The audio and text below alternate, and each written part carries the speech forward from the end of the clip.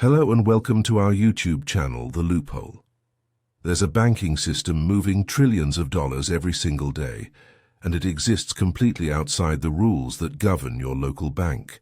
No deposit insurance, no federal oversight, no safety net if it all collapses. What if the biggest threat to the global economy wasn't happening on Wall Street, but in the shadows right beside it? Shadow banking is the name financial experts give to lending and credit creation that happens outside traditional banks. This includes money market funds, hedge funds, investment banks, and other financial entities that act like banks but don't follow banking regulations. International Monetary Fund, 2023. They don't take deposits from regular people, so they don't have to follow the strict rules that protect your savings account. This system grew quietly for decades, reaching over $70 trillion globally by 2020, Financial Stability Board. That's roughly the size of the entire traditional banking system, yet most people have never heard of it.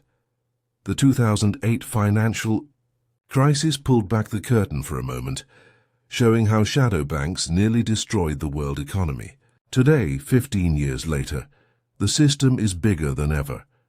The shadow banking system began taking shape in the 1970s when financial institutions started creating new ways to lend money outside traditional banking channels. Investment. Banks and money market funds offered higher returns than regular savings accounts, attracting billions in investment capital. Federal Reserve historical records. These institutions weren't technically banks, so they didn't need to keep cash reserves or follow banking laws. By the 1990s, shadow banking exploded in size. Wall Street firms created complex financial products called derivatives and collateralized debt obligations. These products bundled thousands of mortgages and loans together, then sold pieces to investors around the world. Securities and Exchange Commission reports 2007. The system became a vast web of interconnected trades, with each institution owing money to dozens of others. The breaking point came in 2007 and 2008. Shadow banks had been lending aggressively to people who couldn't afford their mortgages. When housing prices dropped, the entire system started collapsing like dominoes. Congressional Financial Crisis Inquiry Commission, 2011. Bear Stearns, a major investment bank, failed in March 2008. Lehman Brothers collapsed that September, triggering the worst financial panic since the Great Depression. Governments stepped in with trillions in emergency loans to prevent total economic collapse. The Federal Reserve created new programs to pump money into shadow banking institutions. Federal Reserve Emergency Lending Programs, 2008-2009. Without these rescues, according to then Treasury Secretary Henry Paulson, the global financial system would have ceased functioning within days. After the crisis, regulators passed new laws like the Dodd-Frank Act to increase oversight. Some shadow banking activities moved under stricter rules, Dodd-Frank Wall Street Reform Act, 2010. But the core system remained largely intact. Financial institutions simply adapted, creating new structures that operated in gray areas of the law. By 2015, shadow banking had recovered and started growing again. New players entered the market, including private credit funds and fintech companies. These entities offered loans to businesses and individuals, competing directly with traditional banks but operating with far less regulatory scrutiny. Bank for International Settlements, 2019. The COVID-19 pandemic in 2020 tested the system again.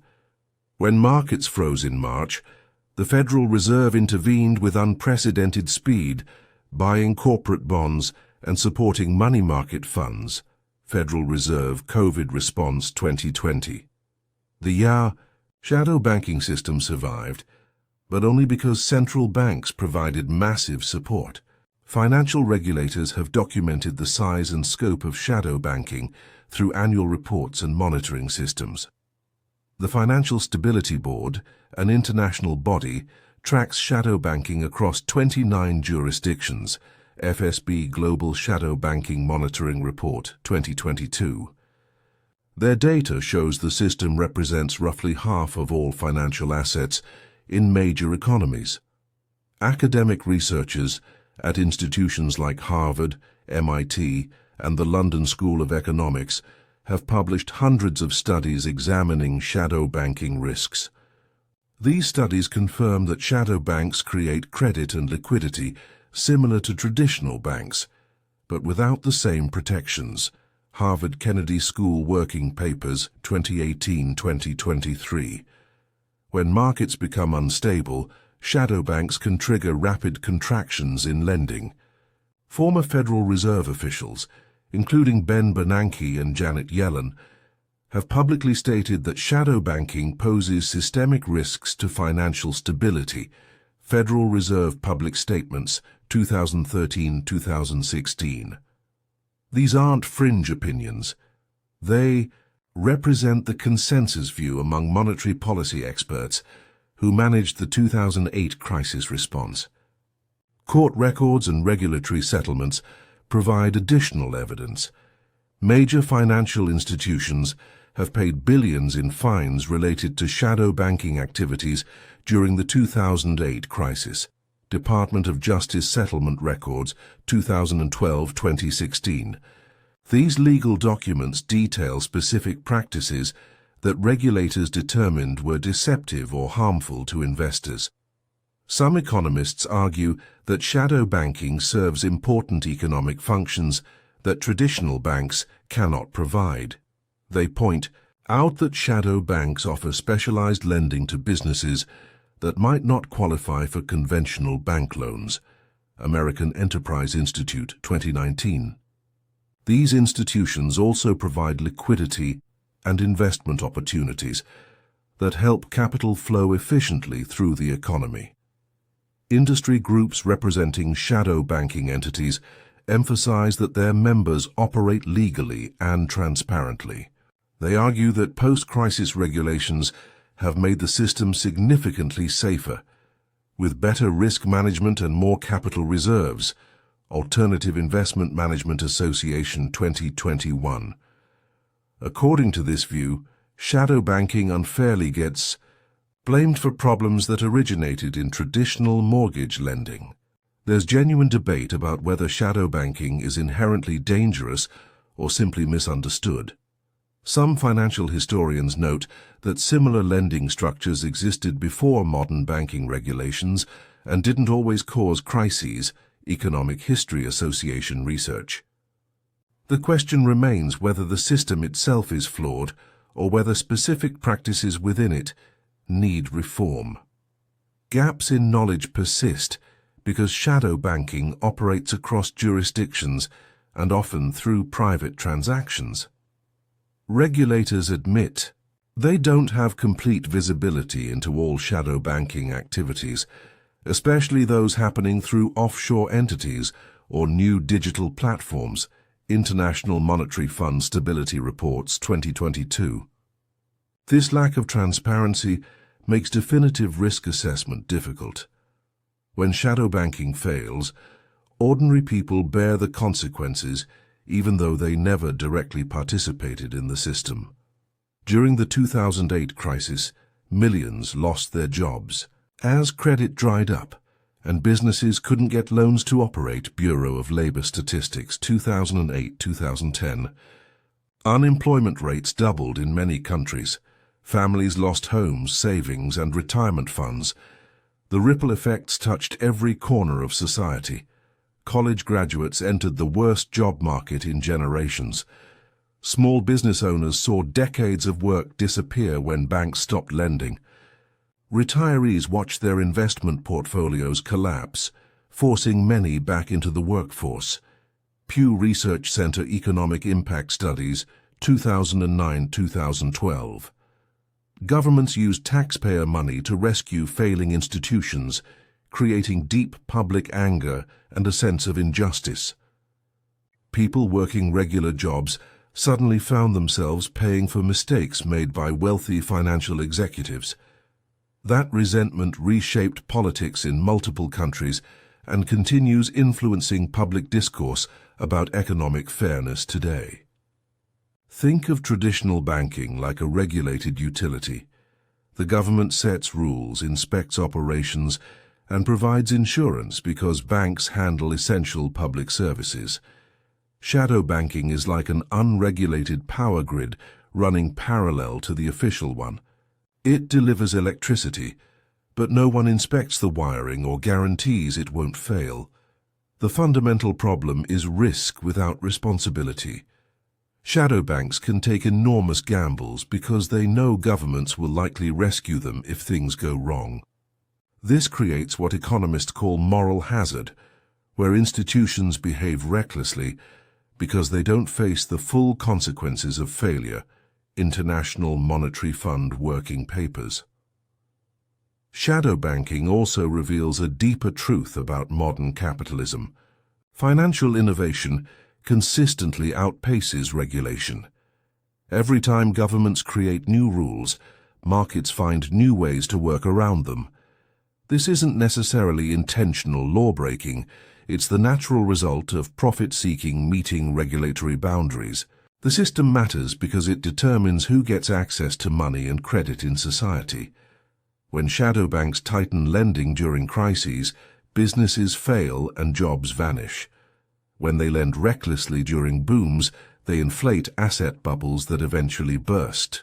Understanding shadow banking means understanding how invisible financial plumbing affects everyday economic life. We now know that a massive lending system operates alongside traditional banking with minimal oversight. This shadow system nearly destroyed the global economy in 2008, received government rescue, and has since grown even larger. What remains uncertain is whether reforms since the crisis have made the system safe enough, or whether we're simply waiting for the next breakdown. The institutions exist, the risks persist. The question is what happens next. And that question matters because the next crisis won't announce itself with warning signs. Scenario 1. Medium confidence. Regulators continue gradual tightening of shadow banking oversight without major disruption. Financial institutions adapt by moving activities into slightly different structures, maintaining profitability while technically complying with new rules. This represents the status quo path. Scenario 2. Medium confidence. A medium-sized shadow banking failure occurs in the next 5 years, causing temporary market disruption, but not a full crisis. Governments intervene quickly, preventing contagion. This event triggers another round of regulatory reforms, though their effectiveness remains debated. Scenario 3. Low confidence. Digital currencies and decentralized finance create entirely new shadow banking structures that current regulations cannot address. These systems grow rapidly, potentially creating risks that traditional oversight mechanisms cannot manage. Regulators struggle to keep pace with technological change. Scenario 4. Low confidence. A major geopolitical or economic shock exposes critical vulnerabilities in shadow banking simultaneously across multiple countries. The crisis requires unprecedented international coordination to resolve, testing whether global financial governance can function under extreme stress. The most likely near-term outcome involves continued growth of shadow banking alongside incremental regulatory adjustments. Markets will test boundaries. Regulators will respond after problems emerge rather than before. The cycle that's repeated throughout financial history will probably continue.